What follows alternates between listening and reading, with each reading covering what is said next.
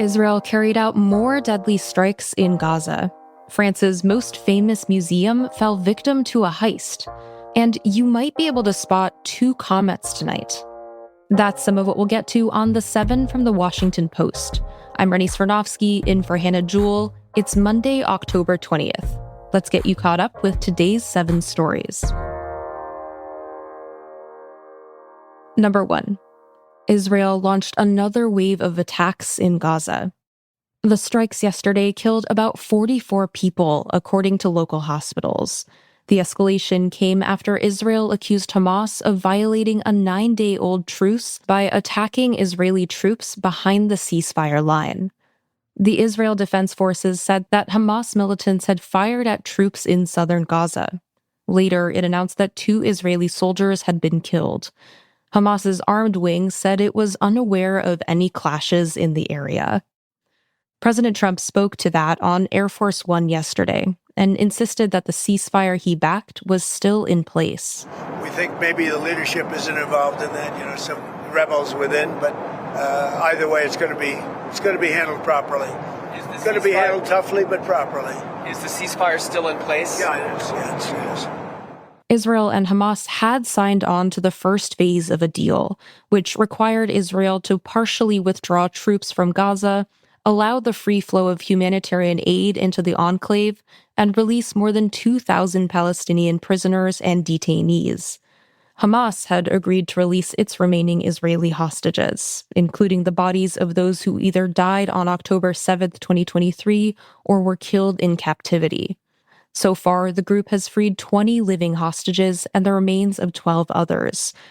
Hamas has said it will take time to find and exhume the bodies of another 16. Number 2 is a Post exclusive. Marco Rubio promised to betray U.S. informants to secure an El Salvador prison deal. In March, the Trump administration deported hundreds of Venezuelan immigrants to a notorious prison in El Salvador. At the time, many wondered, what was in it for El Salvador? Well, its president, Nayib Bukele, had asked to secure the return of 9 leaders of the MS-13 gang from U.S. custody. U.S. Secretary of State Marco Rubio promised the request would be fulfilled, according to officials familiar with the conversation. But there was one obstacle.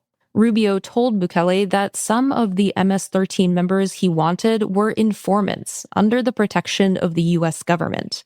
To deport them, Attorney General Pam Bondi would need to terminate the Justice Department's arrangements with those men, which Rubio assured Bukele that Bondi would do.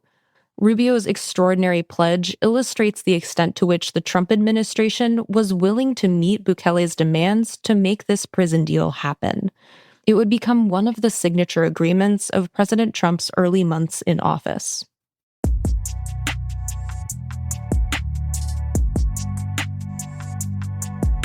Number 3. A shell detonated over a California highway during a Marine exercise this weekend. On Saturday, a major stretch of highway between Los Angeles and San Diego was temporarily closed. It was for a live fire exercise that the U.S. Marine Corps was holding for its 250th anniversary. The event had sparked yet another fight between California's Democratic Governor Gavin Newsom and the Trump administration. Newsom's office had questioned the wisdom of firing live munitions in the area. And yesterday, officials said an artillery shell detonated prematurely during the exercise. It sent shrapnel toward Interstate 5 and California Highway Patrol officers who were part of Vice President J.D. Vance's protective detail. No officers were injured in the incident. Also on Saturday, huge crowds gathered across the country for No Kings protests. They demonstrated against Trump's immigration crackdowns, domestic military deployments, and efforts to go after critics. Here they are in New York.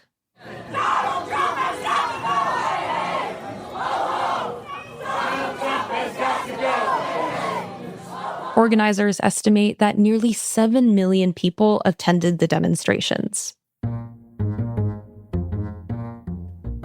President Trump says he beat inflation, but most experts say it's gotten worse.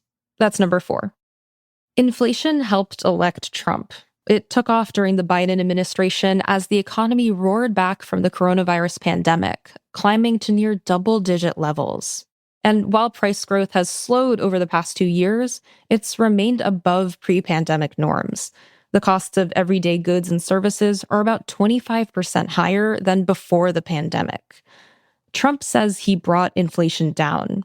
As proof, the White House points to a 7-month stretch of data showing that prices are increasing at a very low rate.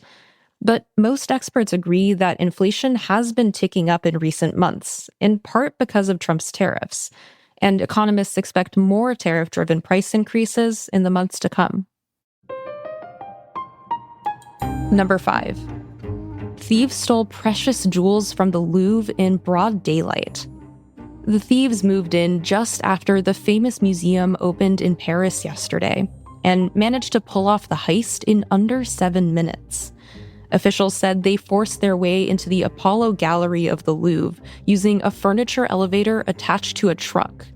They cut through display cases with a grinder, and they fled the scene on motorbikes. They took 9 objects, including a tiara, a necklace, and an earring from the sapphire jewelry set of former French royalty.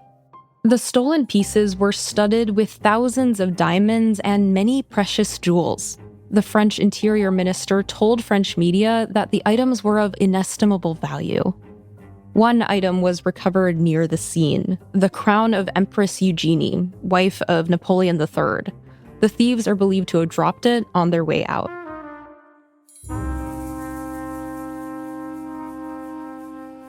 Four surprising things could cut your risk of developing Parkinson's. That's number 6.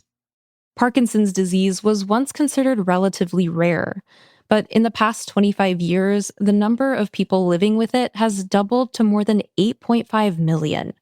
And while up to 15% of cases are linked to inherited genetic mutations, the rest have no known cause. Now, studies suggest that making small changes can help people lower their risk of developing the disease. Drinking coffee and tea, for instance, can help because caffeine can prevent cell damage.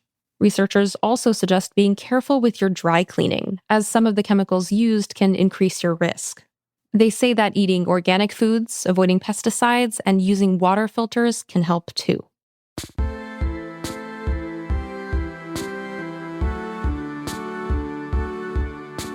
And at number 7, space news, my favorite kind of news. You and I could see 2 bright, once-in-a-lifetime comets tonight. Stargazers have already spotted the striking green tails of comets Lemon and Swan, that's all caps, on cameras and telescopes. But now we have the rare opportunity to see them with the naked eye. Both comets are expected to be closest to Earth around October 21st's new moon. The best window for seeing Comet Swan closes tomorrow, so head to the show notes for a link to our newsletter, which has tips for how to get a glimpse. It won't be visible from Earth again for about 700 years. And if you miss Comet Lemon this time around, you'll have to wait another 1,300 years to try again. Personally, I don't plan on living that long. All right, you are all caught up. Thanks for listening. If you like the podcast, a great way to support our work is through a subscription to The Washington Post.